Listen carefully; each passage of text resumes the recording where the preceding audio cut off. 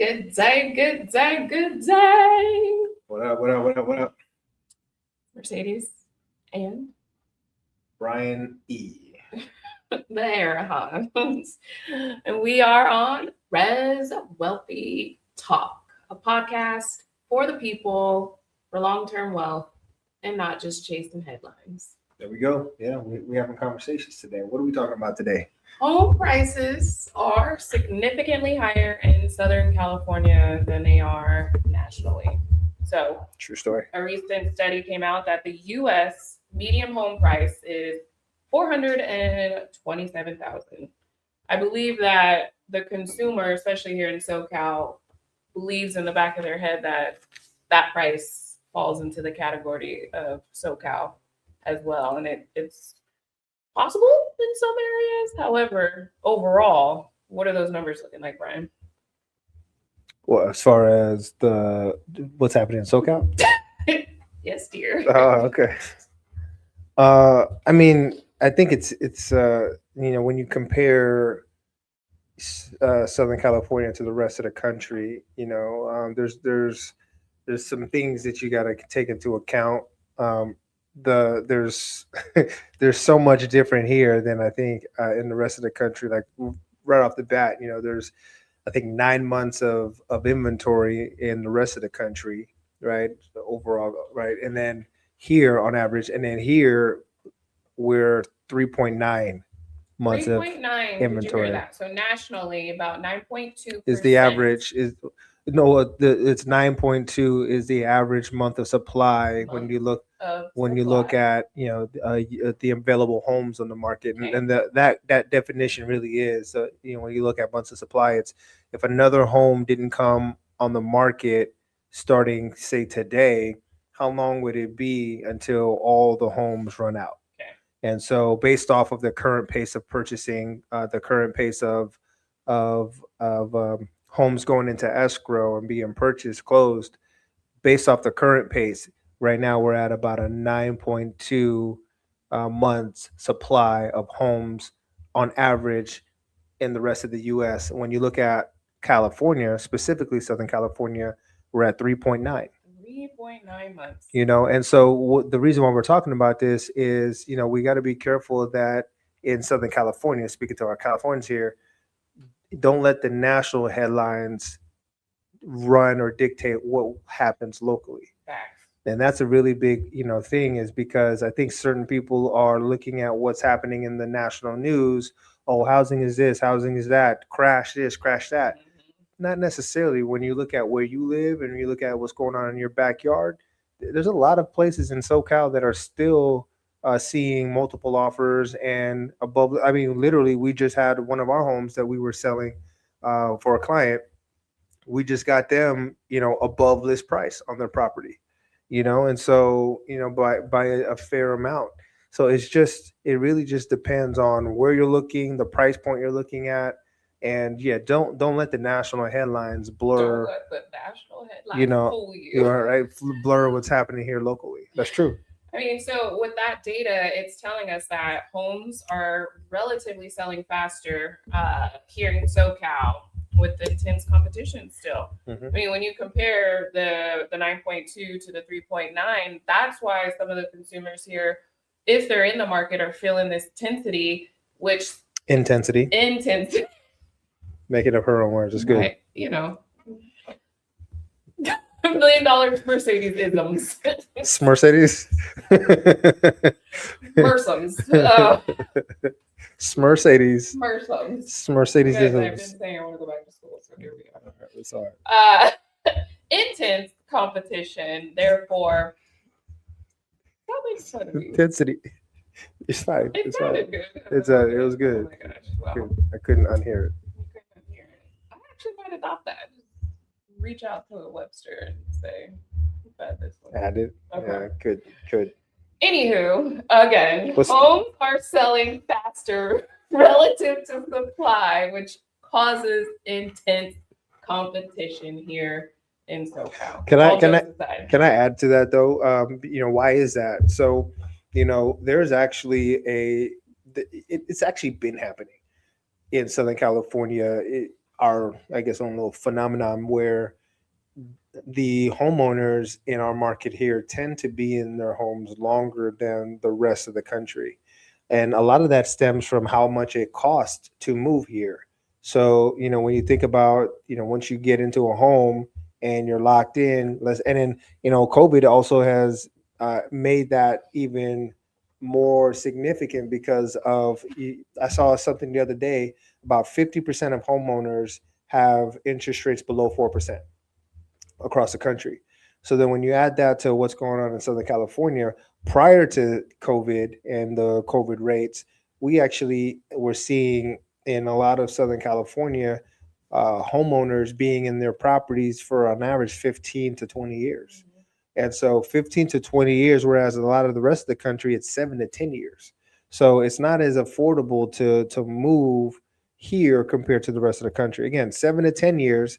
That's why you see such a velocity in transactions in a lot of the country, in a lot of states. Whereas here, that velocity isn't as much. We don't see a lot of people moving all the time here because typically they're in their homes and they're staying put. They're in 15 to 20 years. And then you add the 4% or lower rates, you folks, how many people do we talk to regularly that they're like, I got a 2.7 something. Why would I? Why would I move?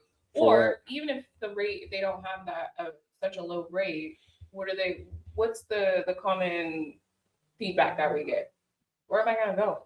Yeah, where can you go? Yeah, I could sell my house for a lot, right? Mm-hmm. They bought a long time ago, bought well, purchased well.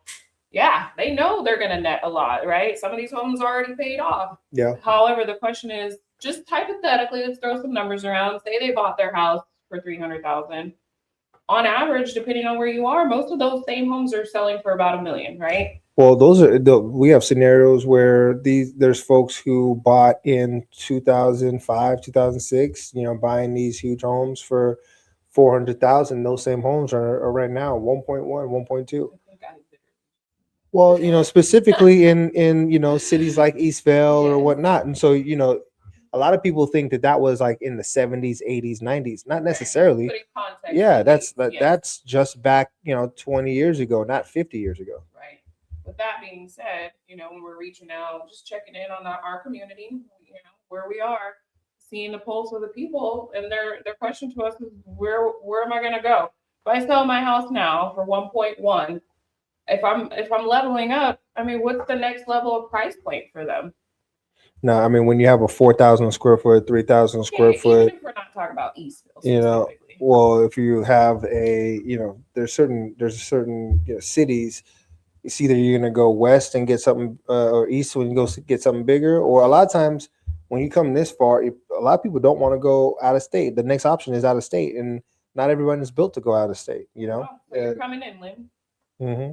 the IE, which is Riverside, San Bernardino County, to avoid having to move out. So if we look at some of the numbers when we were talking about the national average, if we want to go county to county, the median home price in Riverside County is about $635,000 versus an LA County that's about $890,000, right? So if someone's selling in LA, what's their next level of move up cost? No, they're coming out. San Bernardino is like 570 or so. A median price. So you come out here, grab something bigger, better, more spacious, and you pocket the rest. I'm seeing a lot of, so we didn't even touch on Orange County. Orange County's median home price is $1.39 million. Mm-hmm. Even more than LA County. I'm seeing a lot of Orange County people coming this way to the IE, they're getting more bang for their buck. Really, these big homes. Cash. Yeah, and buying cash because they've been in their homes forever. We're able to sell net well and, come inland. So again, I think we really wanted to focus and touch in on that. The national average does not compute to Southern California. So we're in a bubble here. And I don't mean bubble for like crashing reasons. It's the bubble is like we're in our own environment. We're in our own, our own situation. So don't take our situation and apply it to the rest of the country, or take what's going on in the rest of the country and apply it to our situation. We've got to be educated here locally about what's happening in the market, because we have different, different situations here. Our economy is still fairly strong here compared to the rest of the country, where you have, all of our, you've got, our film industry, you've got our hospital industry, you've got our education industry, you've got our aerospace industry, you've got our technology industry, you've got our financial industry. I mean, I could keep going, right? And we have a bit of a government industry, not as much as the rest of the country. And we have government here Yeah, too, military. bases here. So, California is, Sports. and then, it's sports, Professional sports right? here. So there's just so many different things. We have agriculture, we've got oil, a little bit, right? So there's things that we are able to have here. So the demand for jobs is relatively higher here than, a lot of other places in the country. So there's a lot of positive things, which, and then also weather, climate is great. So that's why the cost to live here is so high, and that's why a lot of people don't move as much as frequent. Now, we heard some of those, migrating out of California, but that's a natural thing that I think tends to happen as folks are starting to retire. They can't, Yeah. Folks don't want to be paying the taxes that we've got going on here. Sometimes, politics is another conversation, and yet, I think over time people start to consider, okay, I could take my California money and move it out of state, and buy something free and clear and I have mean, bigger and more room. I think, and that's a good point, 'cause we've literally had some clients do that. I think when you're at that stage, you want land. Is the bigger house, it's possible if you go in, right? However, our clients that have sold here and decided to go out of state, they want acres. We're talking Texas, we're talking Ohio, we're talking Kansas. That's That's a very that's a whole different environment in itself. Otherwise, they're just coming in now. well. And again, a lot of people leave here. They leave California to get a pay raise because of our higher tax rate on our state income tax, and payroll taxes, all the above.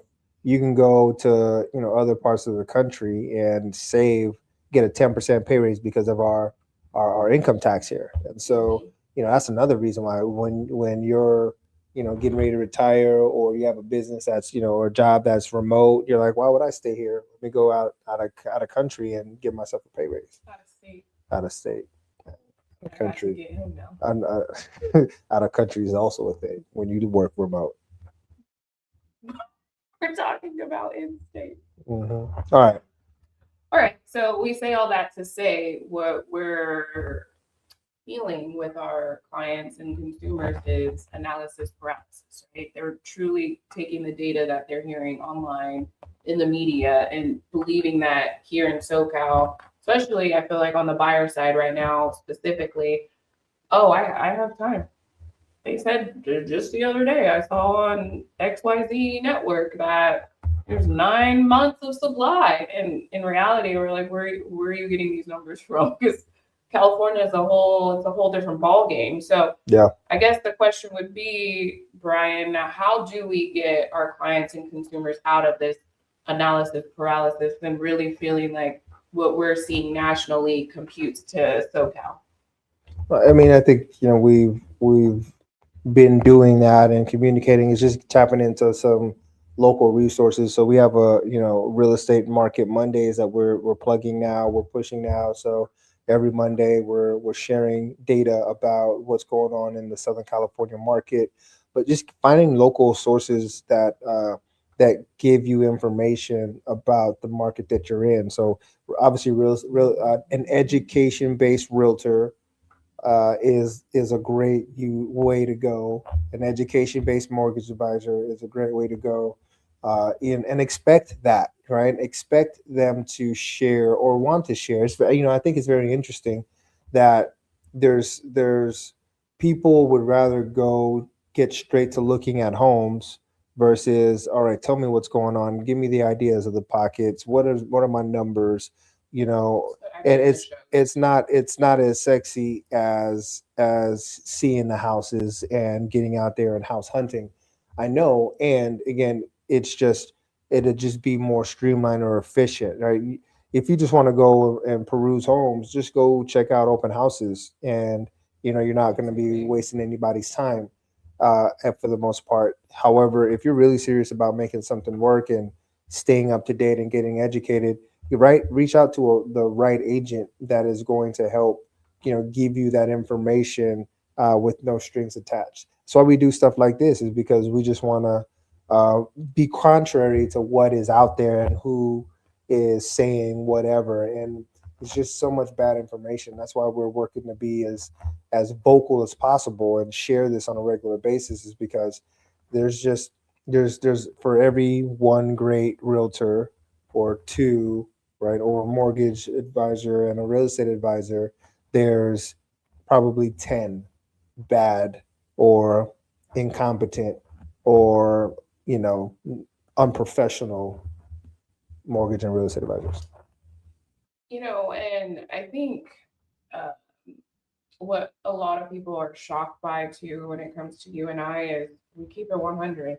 There's no sugarcoating, there's no fluff, there's no like we're gonna tell you what you want to hear to keep you as a client or potential client at some point. Like that's just not how we operate. We're not yes people, right?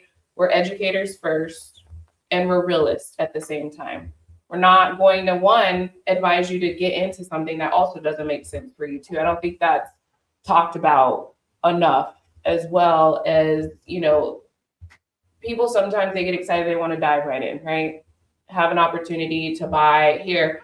And there's moments where I'll say, are you sure this is like you want to go all the way to the top of your price point or your payment comfortability when there's an opportunity here and here, right? Mm-hmm. And I think that's why Brian and I get the respect that we do, and we've lasted so long in this industry, as well as educating, guiding, and giving real life advice. I mean, I have people all the time like, would you do this? I'm like, nah.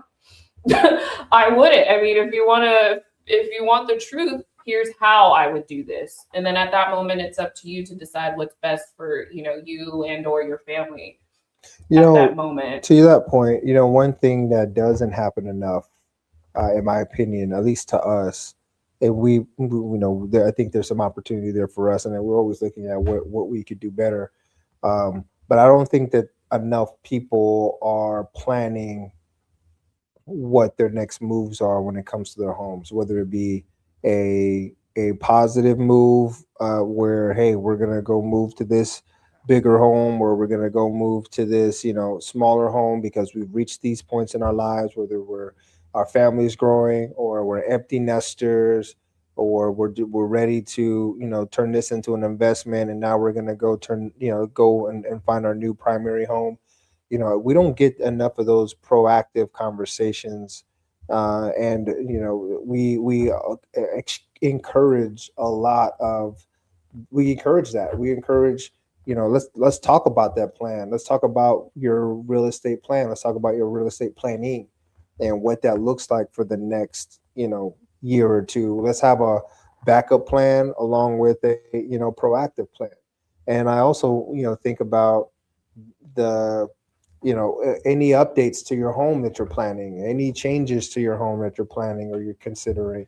Let's talk about it. Let's see what's going to be economically beneficial to you or your home or your property values, and what's not. And so there's certain things that aren't always beneficial to your property value, but you might think it might be. And so just think about what might be in positive to you, and how it might be positive to you working with one of us to talk about, all right, hey, I'm planning on doing this home makeover. I'm planning on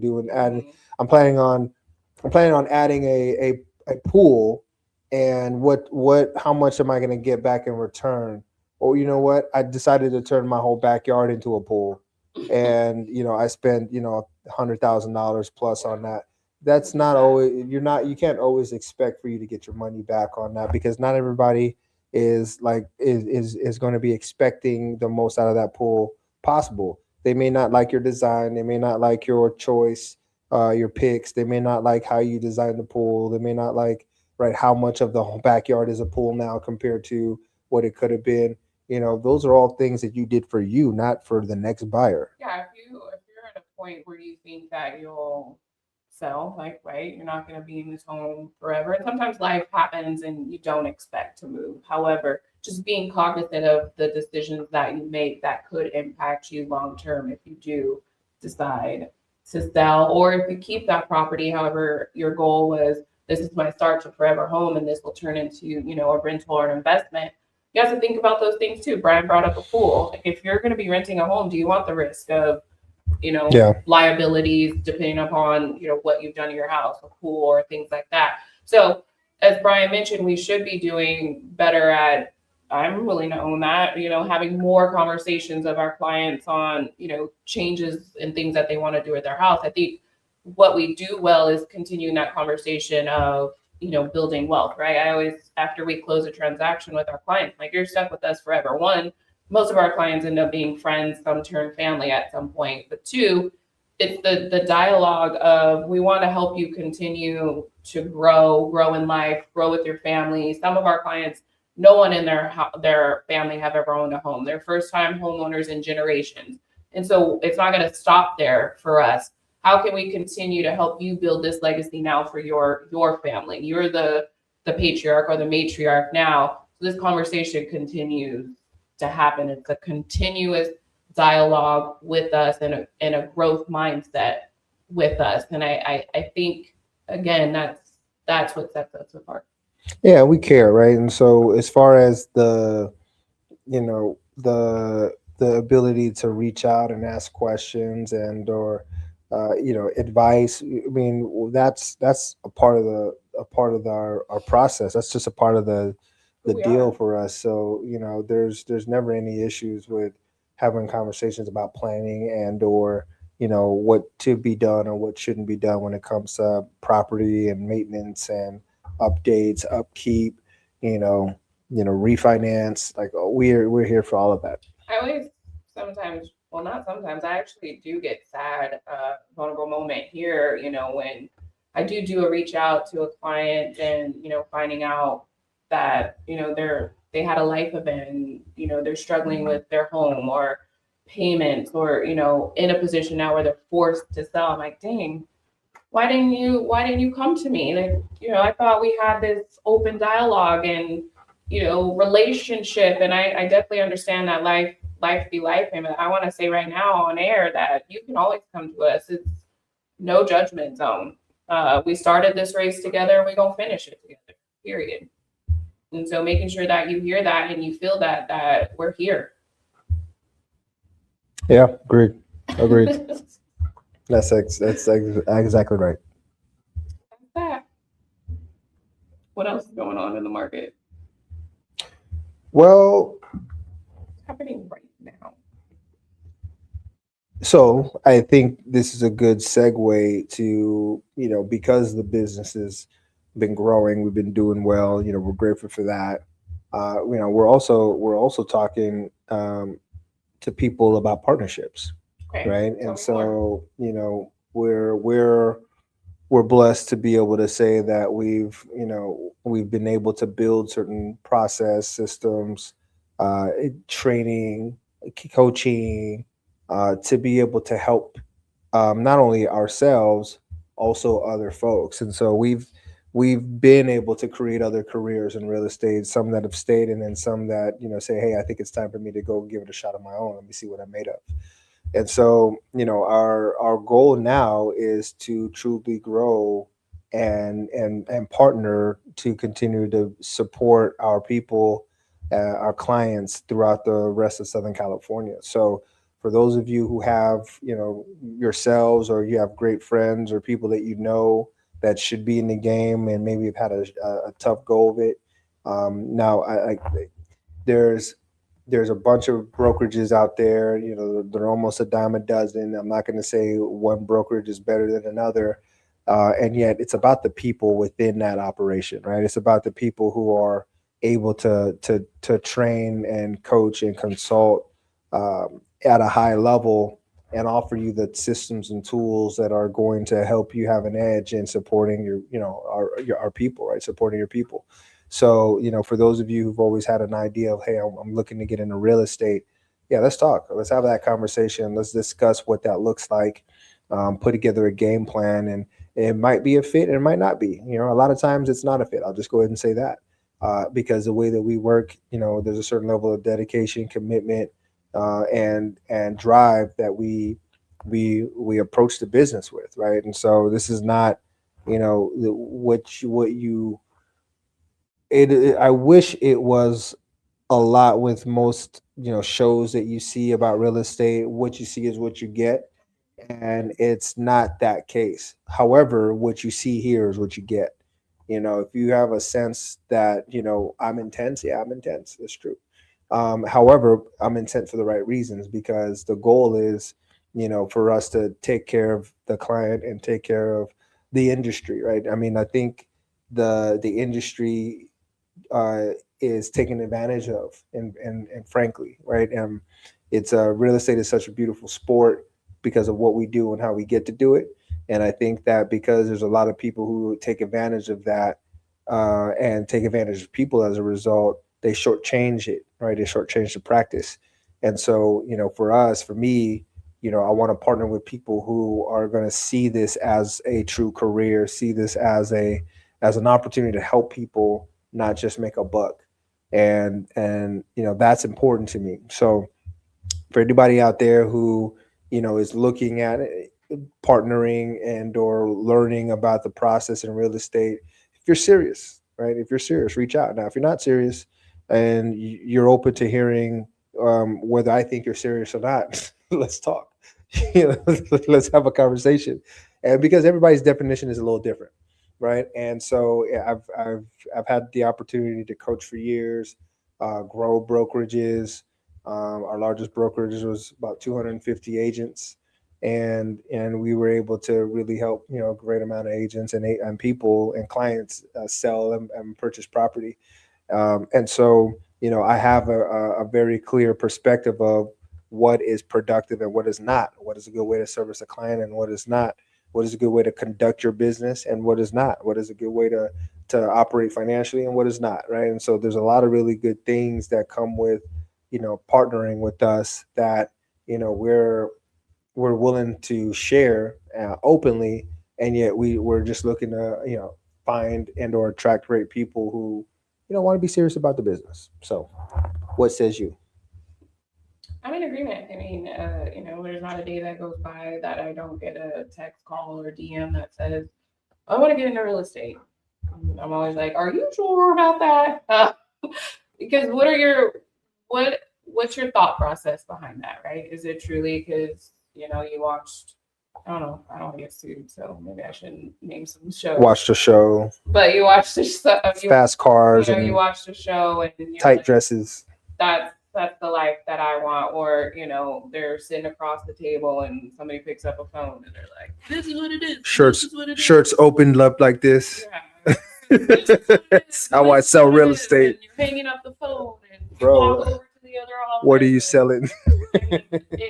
It's just not, he said that. And it's not the glitz or the glam. Unless that's what you're looking for, then we might not be the fit. I mean, we're sitting here in sweater now. I can't get fresh and Dougie. And yet, there's a lot of grunt work, right? The behind the scenes that no one talks about to really understand. There's a lot of cries, there's a lot of tears, there's a lot of things that people truly don't realize we deal with and go through. Sweat, grit, rejection, or just dealing with people's stuff, right? They had a loss in their family. They're dealing with the death. There was someone that we personally worked with that her husband passed. And every time I was done with her on a call or meeting with her, I had a breakdown because just feeling the raw emotion behind, what she was going through and that loss. I mean, we take all of that on, right? Or divorces. We got folks fighting. We can't do group chats. We got one saying this and just staying neutral. I mean, there's just so many things that go on that is not talked about enough or glamorized, right, on these TV shows. So again, when we ask, why do you want to get into real estate? It's, are you asking to be in it for the right reason?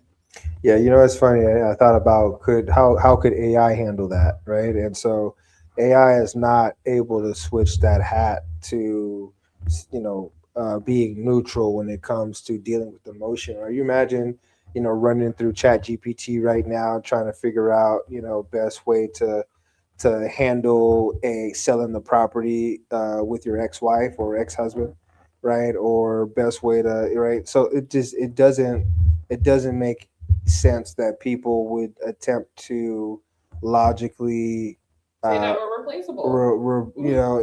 there's so much to what it is that a great realtor does, that you've got to be able to emotionally adapt to what is going on, right? Read the room, read the situation. And if somebody is dealing with a death of a loved one, right? I'm not coming in there talking about, oh yeah, look at my kids, right? Look at my my wife and I, we just did this, right? You're like, there's, you got to just know and understand, right? Be where your feet are and present with that person, and understand where they may be and where they're coming from, just because you just you just you just don't know, right? And so those are scenarios that when we're looking at the ideal team member for us, a hungry, humble, smart, focused leader, right? And so hungry, right? Stay hungry, right? Are you motivated? Does somebody got to motivate you, right? So I don't motivate anyone, right? And it's really just about, can you stay motivated, right? Um, humble, right? Humble is a big one, right? Because you can see some fair So income. much ego in this. It's a lot of ego, and you can see some good income in it if you work hard. And a lot of times, I've seen that go to people's heads. And so, just as quick as it came, it could be as quick as it's gone. And so that's why working to stay humble is key. Focus, right? There's a lot of distractions, right? There's a lot of reasons why somebody may not want to do what they need to do that day. And so, can you stay focused, right? So smart, right? So people, that's not about just intelligence, that's about people smarts, right? Can you read the room, and do you know how to make people feel better when they're around you, or are you leaving a trail of devastation behind you, right? And then being a leader, right? So what does it mean to be a leader? Are you growth oriented? Are you able to lead your client through the transaction? Are you able to just grow and help other people? And essentially, when it comes down to being busier and getting busy, can you bring other people in and show them how to get it done, right? And not for your sake, and yet for the sake of for themselves. So hungry, humble, smart, focused leader is what we're looking for.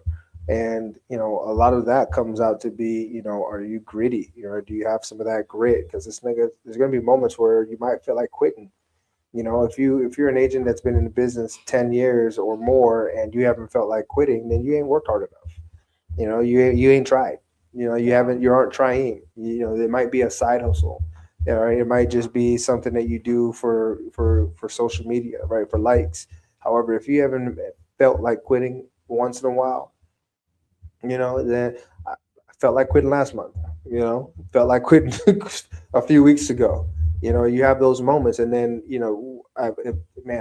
over 16 years, I've felt like quitting a lot, and yet you start to ask yourself, or you start to revisit why you do what you do. You start to revisit who you're doing it for. You start to revisit, how have I learned? How have I gotten better? You start to assess your growth journey, and how you've become better as a result of being in this business. And so there's just a lot to take in. And if you don't want to grow, if you don't want to be challenged, don't call me, because I'm challenged every single day. That was the mic drop. That was the mic drop. Huh? Just saying, yeah, we care about what we do. We do. So, final thoughts. I say, what's top of mind for me, as we started with, I'm discussing and educating about the SoCal market, is education creates confidence. I mean, it creates confidence within us, and it also creates, confidence within our clients and the consumers who are looking to find great help. And, lastly, rates will continue to move up and down. That's out of our control, right? As well as pricing in California is staying steady and, continues to rise over time. So at the end of the day, it's really about the strategy that's gonna be the longevity for you, your family, and whoever else has a dream of homeownership or investing or needs to sell for whatever reason. So education and strategy is what's going to take us and you the distance. Yeah, I'd say that be careful of the media industrial complex. They're they're meant for clicks. They're meant for clickbait. They're meant for it's a money making business. So when you hear rates are high, rates have shot up through the roof, rates are this or that, that's just meant for you to get into clicking and reading, and because they sell advertising. So this last month, when you see the article of rates are at a month high, yeah, okay, well yeah, when you look at the pattern and trends, there's no such thing as a straight line. You've got the dips, and then you got the spikes, and then you got the dips. So as you look at the rates coming down, the trend is moving, right? The pattern is moving down, and yet you'll have those moments where it ticks up because of news, right? Because of geopolitics, because of economic data here locally, because of a Fed chair, being replaced. So there's so many different things that are causing rates to be up and down, right? Volatile. It's like an EKG, right? Machine. It's constantly moving. And so you'll hear those moments, 1 month high. Now, 1 month high in interest rates might be a increase of $50 or so on your mortgage payment. So it really just depends on, relatively what's going on, and don't be fooled by the industrial complex set forth to distract us. Well said. Well said. Is this thing on? All right. Well, with that being said, we out. We'll call it a day. Happy Black History Month.